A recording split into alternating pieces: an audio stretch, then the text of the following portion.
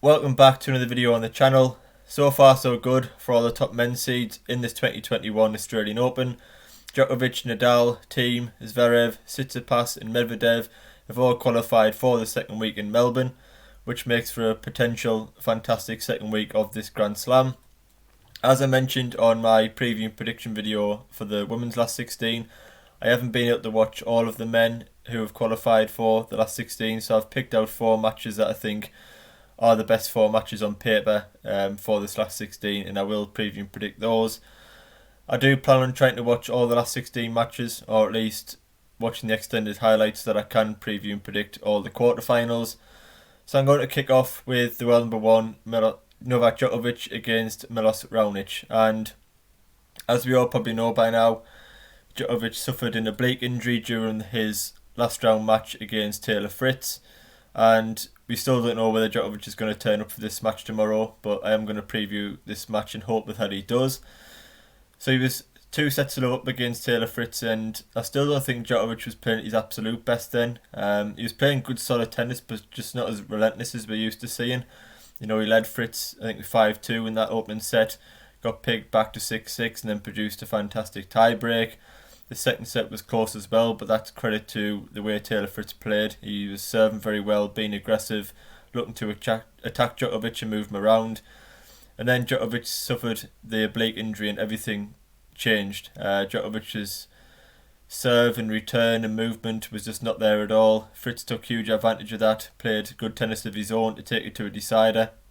And at that point it did look like Djokovic was done for. It looked like he was heading out, but I think the break in play when they were removing the crowd certainly helped Djokovic. I don't know whether he got some treatment or took some tablets, but he came out in that 5th set and played some outstanding tennis and just completely outclassed Fritz, which is good looking ahead to the next round, but we're still not sure the extent of Djokovic's injury.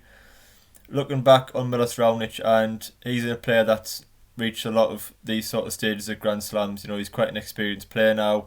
We know he's got that monster first serve and forehand, which he's always had throughout his career. But I do think through watching Raonic that he's improving his all-round game. I think his double-handed backhand's coming a lot over the last 18 months. It's quite a good defensive stroke now. It's good at getting him back neutral in rallies. And he looks to be quite aggressive as well off the backhand side. In the past he's sort of been one-dimensional and been found out of the top players through lack of movement in defence. But I do think he's improving, and he still possesses that huge serve and forehand as well.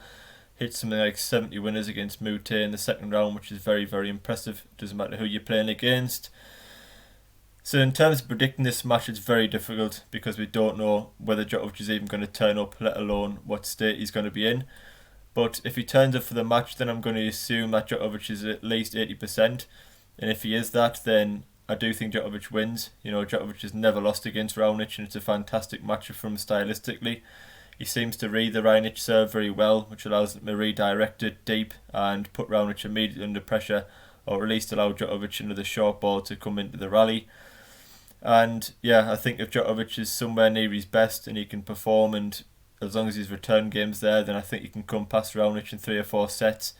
But as I say, Djokovic may not even turn up for this match or may have to retire, but we won't find that out till tomorrow morning.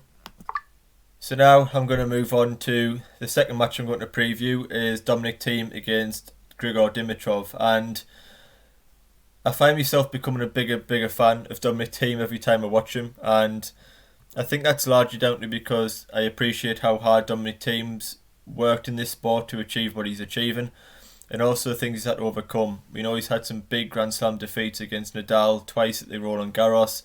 He led Djokovic 2-1 at the Australian Open final last year and lost. And Thiem's a player that, you know, he hasn't had the success of some of the other players at an early age. You know, he didn't win a Grand Slam until last year when he was 27, I think it is. And he's a player that works incredibly hard in his game. You know, he's one of the fittest guys probably in the world. Dominic Thiem, he seems to work for hours every single day.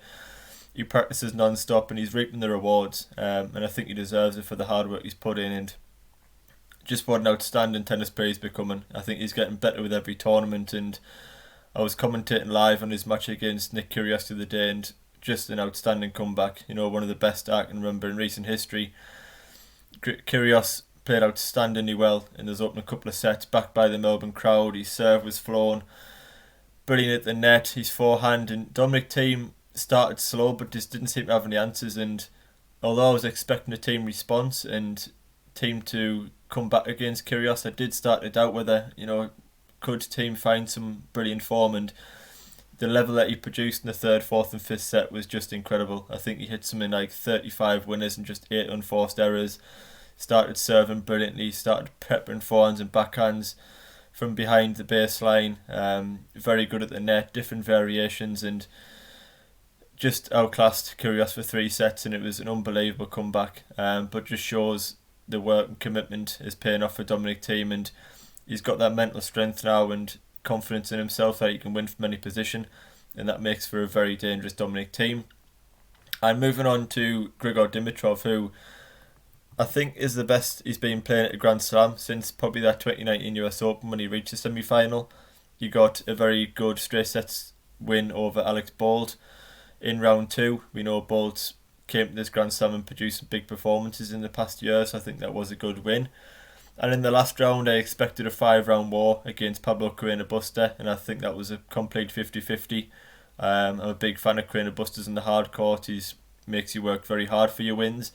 But Carreño Busta did suffer through injury with that one. I think it was over in around 45 minutes. He had to retire, which is great for Grigor Dimitrov looking ahead to a tough match against Dominic Thiem. He's hardly spent any time on match court, whereas Thiem played a 5-setter against Kyrgios. But I don't expect that to play too much of a factor. As I mentioned, Thiem's one of the fittest guys in the tour, probably the fittest, and he came through lots of marathon matches at the US Open, even 2 sets down in the final to win. So I don't expect him to be physically struggling at all here after a 5-setter against Kyrgios. I think we'll see Thiem at 100% and a fast start from Thiem, because that's what he struggled with against Kyrgios. I don't expect him to make that same mistake twice. But looking at Dimitrov, his all-round game looks very good. He's been serving at a high first serve percentage. His forehand's looking strong, consistent double-handed backhand. But what I've probably been most impressed about with Dimitrov, and something that I think you can definitely take advantage of, is his net play. We saw Kyrgios in the opening couple of sets look to keep the point short, move Thiem out wide, particularly with the serve, and then get into the net, try and nail a volley and put Thiem away. And that's not me saying I don't think Dimitrov can have success from the back of the court. I think he can. Kyrgios did the other day, and Thiem's forehand didn't look at all strong in those opening couple of sets. He was mistiming it and missing it very wildly. And I do think Dimitrov's better than Kyrgios in the back of the court, so I think Dimitrov can have success in the opening couple of sets. But then when Thiem starts to really hit the straps, find the forehand, find the backhands down the line, nail his first serve, which allows him to come into the court, then you start to dominate you from the baseline and you just have very little success. So I think it's important that Dimitrov uses all his variations, mixes it up with the serve, but most importantly gets that first serve in, gets a short ball, allow him to dictate the rally and attack the net, because I think Dimitrov's got great hands at the net, great speed, and I think he can definitely take a set or two off Thiem, but I do expect Thiem's experience and recent wins and confidence and overall quality to have too much for Dimitrov. As I say, I don't expect the 5-set marathon against Kyrgios to be any negative towards Thiem. If anything, I think he probably needed a match like that to wake him up almost and kick him into gear, because he just wasn't at the races in those first couple of sets against Kyrgios, and he's now shown that he's got the form and he just has to keep reproducing that from this stage on. But I do think he'll get through the battle against Dimitrov. The next match I'm going to look at is Felix Auger-Aliassime against Karatsev of Russia. And I'll be honest, I'd never seen Karatsev play or even heard of the guy before this tournament. And I sat watching him the other day against Gerasimov and Diego Schwartzman and thought, how is this guy not inside the top 100 or ever made a run at a Grand Slam before?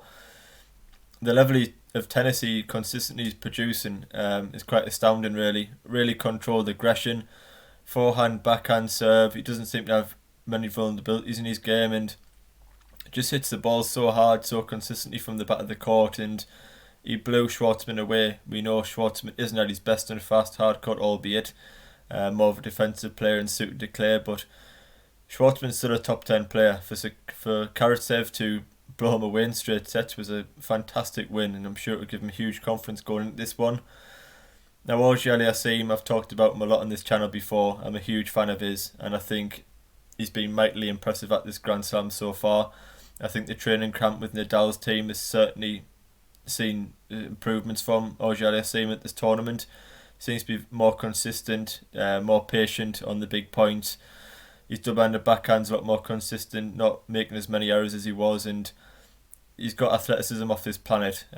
Real great speed around the court, great to watch, unorthodox explosiveness, and he's going to be brilliant to watch throughout his career. He's got just natural talent. Every shot in the book, hits winners for fun, a big first serve, and as I say, just so exciting to watch. And I think this could be one of the matches of the tournament so far. I expected to go 4 or 5 sets, but I'm just going to go with Felix. I'm a fan of his, and I just think he's got a little bit more variation. I think that speed around the net could come in handy, and as I said about Dimitrov, I think Felix is very good around the net, difficult to pass with his height, and I think if he can get in the net and rush Karatsev on the back of the court, then I think this is Felix's match to lose, and it's a great opportunity for the 20-year-old to reach his first ever Grand Slam quarter-final. So I am going to pick auger-aliassime to get through that one, but whatever happens, Karatsev's had a fantastic tournament, and I expect him to see him feature in a lot more ATP events, and definitely inside the top 100 with the way he's played this week so far. And the final match I'm going to look at is Fabio Fognini against Rafa Nadal. And kicking things off with Rafa, he's had a pretty easy draw at this stage, but I watched him against Cam Norrie this morning, and as a British tennis fan I have to commend and just say about the performance of Cam Norrie, who I thought was fantastic. I thought he would do well to get 10 games, and he stayed competitive in every set. He rallied well with Nadal from the back of the court. He had success throughout the match and served very well, returned well, done just about as all as he could. As you'd expect, Rafa had a little bit too much quality and upped his level, went through the gears a couple of times each set. It was just enough to get the vital breaks. But yeah, Rafa, I don't think is his absolute best. I do think he's struggling with the serve, and Rafa finds that serve so important to get the runaround forehand into the open court. But I'm not sure Rafa can win this event. We know he's got that epic mental strength and brilliant battling abilities, but I think when the going gets tough and he's up against players like Tsitsipas and Medvedev, who can take him 4 or 5 hours, then I do think he might crash out. But the forehand looks very good, double-handed backhand as solid as ever, and just hopefully Rafa can serve better and better throughout the tournament and the back injury starts to alleviate. Fabio Fognini's been one of the best players to watch throughout this tournament so far, you know, coming through that epic 5-set battle with fellow Italian Caruso. 5-1 down that match aside in tie break, so you could argue, and I'm sure Fognini would agree with himself, he probably still shouldn't be here. And I think he certainly used that today to his advantage. It looked like the pressure was off against Alex de Minaur. And de Minaur's a very good hardcore player, particularly on a hardcore playing this fast in Melbourne. And Fognini blew him apart in 3 sets. Used that lefty serve very well, the open forehand, double-handed backhand, drop shots, the unorthodox style that Fognini possesses. And he's a very awkward player to play against, and he's had success against Rafa in the past. He's claimed 2 wins. I think he beat Roland Garros a few years back, which is no mean feat. And I'm sure Rafa didn't want to be playing Fognini when he looked at the draw at the start. And I think this could be very close. I think Fognini can certainly be competitive. He won't be fazed by Rafa. He's full of confidence. He knows he can beat him. He's done it in the past, as I mentioned. But I think the key to this one could be if Rafa can just keep it close, get to 4-4, 5-5 in sets. That Rafa's got that immense mental strength and that immense ability that he's shown throughout the years to produce his best in the biggest moments. Whereas Fognini can be a little bit vulnerable in those moments, and he's just one bad shot away or one argument with the umpire away from completely self-imploding and gifting games and sets away, and Rafa will be waiting that. But yeah, I think Rafa could have the edge in the big moments, that bit extra quality, bigger ground strokes on the forehand in particular. But I expect Fognini to remain competitive throughout and perhaps take it even 4 or 5. But in the end, I do think Rafa will have too much quality and experience for Fognini and come through that one. My last 16 women's predictions and previews are already on the channel if you do want to check those out. But yeah, just enjoy the last 16 matches. There's some great matches on paper. I will preview and predict all of the last 8 matches in the quarterfinals, so do subscribe for them. And also like the video if you have enjoyed. So yeah, thanks for watching the video, and I will see you on the next one.